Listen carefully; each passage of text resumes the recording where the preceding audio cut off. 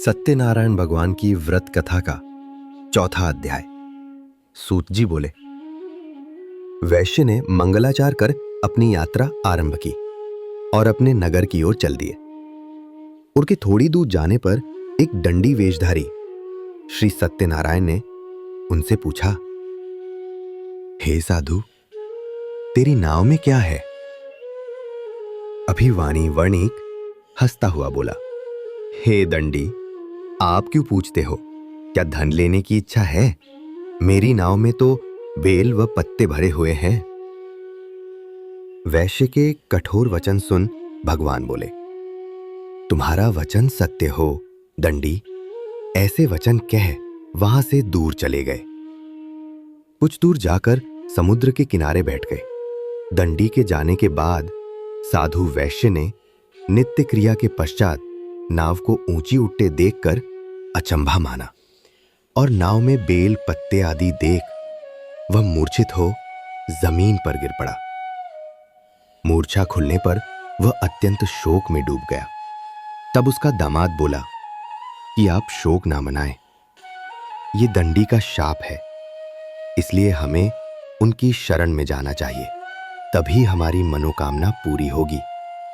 दामाद की बात सुनकर वो दंडी के पास पहुंचा और अत्यंत भक्तिभाव नमस्कार करके बोला, मैंने आपसे जो जो असत्य वचन कहे थे उनके लिए मुझे क्षमा दे। ऐसा कह कहकर महान शोकातुर हो रोने लगा। तब दंडी भगवान बोले, हे वणिक पुत्र, मेरी आज्ञा से बार बार तुम्हें दुख प्राप्त हुआ है। तू मेरी पूजा से विमुख हुआ। साधु बोला, हे भगवान, आपकी माया से ब्रह्मा आदि देवता भी आपके रूप को नहीं जानते, तब मैं अज्ञानी कैसे जान सकता हूं? आप प्रसन्न होइए। अब मैं सामर्थ्य के अनुसार आपकी पूजा करूंगा।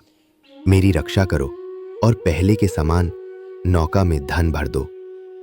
साधु वैश्य के भक्तिपूर्वक वचन सुनकर भगवान प्रसन्न हो गए और उसकी इच्छानुसार वरदान देकर अंतर्धान हो गए।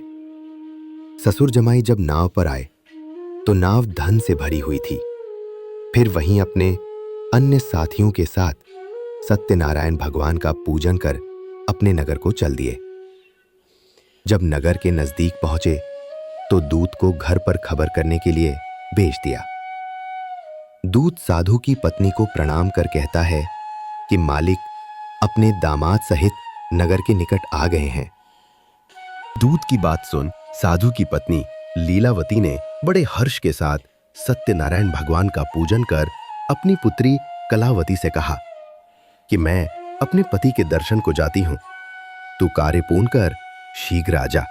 माता के ऐसे वचन सुन कलावती जल्दी में प्रसाद छोड़ अपने पति के पास चली गई। प्रसाद की अवज्ञा के कारण श्री सत्यनारायण भगवान रुष्ट हो गए और नाव सहित उसके पति को पानी में डुबो दिया। कलावती अपने पति को वहां ना पाकर रोती हुई जमीन पर गिर गईं।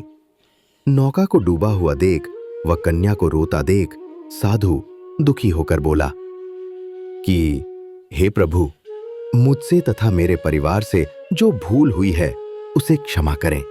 साधु के दीन वचन सुनकर श्री सत्यनारायण भगवान प्रसन्न हो गए और आकाशवाणी हुई, हे साधु, तेरी कन्या मेरे प्रसाद को छोड़कर आई है, इसलिए उसका पति अदृश्य हो गया है। यदि वह घर जाकर प्रसाद खाकर लौटती है तो इसे इसका पति अवश्य मिलेगा। ऐसी आकाशवाणी सुन कलावती घर पहुंचकर प्रसाद खाती है और फिर आकर अपने पति के दर्शन करती है। उसके बाद साधु अपने बंधु बांधवों सहित श्री सत्यनारायण भगवान का विधि विधान से पूजन करता है। इस लोक का सुख भोग वह अंत में स्वर्ग जाता है। श्री सत्यनारायण व्रत कथा का चौथा अध्याय संपूर्ण। बोलिए श्री सत्यनारायण भगवान की जय।